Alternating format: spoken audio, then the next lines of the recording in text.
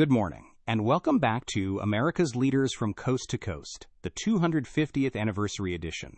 Today is day 65 of the year, Friday, March 6th, 2026. I'm Stephen.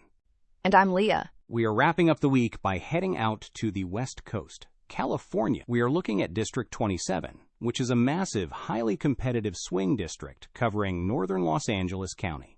It includes the Santa Clarita Valley, the San Fernando Valley, and the Antelope Valley.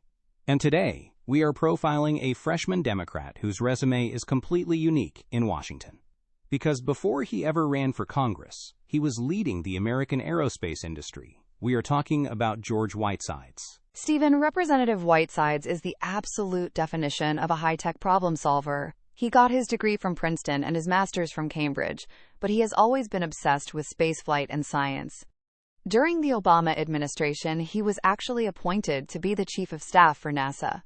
He helped manage the massive transition into the modern era of commercial space exploration, and he did such an incredible job that NASA awarded him the Distinguished Service Medal, which is the agency's highest honor. And his career only accelerated from there.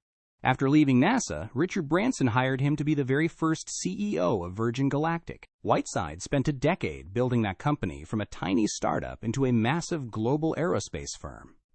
And this is vital to his political career. He brought Virgin Galactic to the Mojave area, right next to his current congressional district, and helped create hundreds of high-paying, cutting-edge engineering and manufacturing jobs.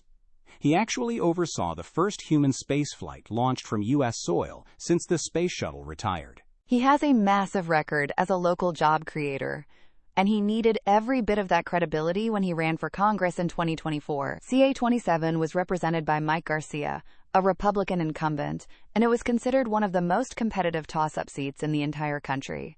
Whitesides ran a brilliant, pragmatic campaign. He rallied the local aerospace workers, the long-term care nurses, and the suburban families of Santa Clarita. He ended up flipping the seat blue, which was a massive victory for the Democratic Party. And because of his aerospace background, Democratic leadership immediately recognized his value in the 119th Congress, covering 2025 and 2026. He was named the vice-ranking member of the House Science, Space, and Technology Committee. But even more impressively, he was placed on the House Armed Services Committee, and he was the only Democrat selected to serve on 3 separate subcommittees: Cyber, Sea Power, and Strategic Forces. He is using that position to fiercely protect United States Air Force Plant 42 in Palmdale, which is where companies like Lockheed Martin and Northrop Grumman build the most advanced military aircraft in the world. He is the ultimate defender of the aerospace valley, but he is also intensely focused on localized, ground-level issues. Let's look at his early 2026 legislative blitz. In late January 2026, he testified before the Veterans Affairs Committee to push his new bill, the VA Home Loan Program Reform Act.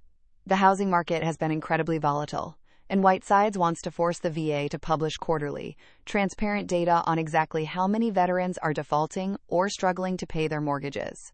He argues that you cannot prevent veteran homelessness if the federal government is hiding the financial data. He is a data-driven executive.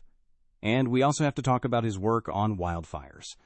Before running for Congress, Whitesides co-founded an organization called Megafire Action.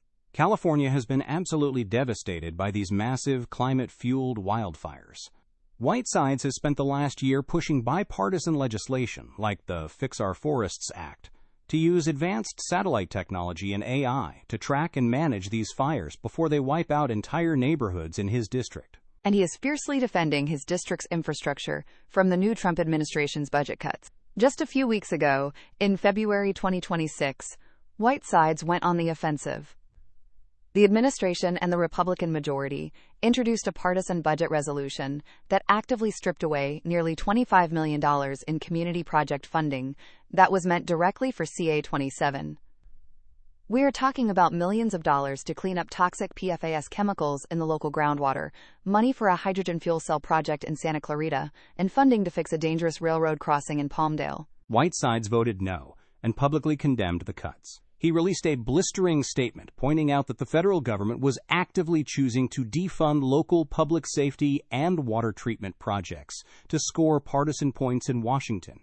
He refuses to let the residents of the Antelope Valley foot the bill for Washington's dysfunction.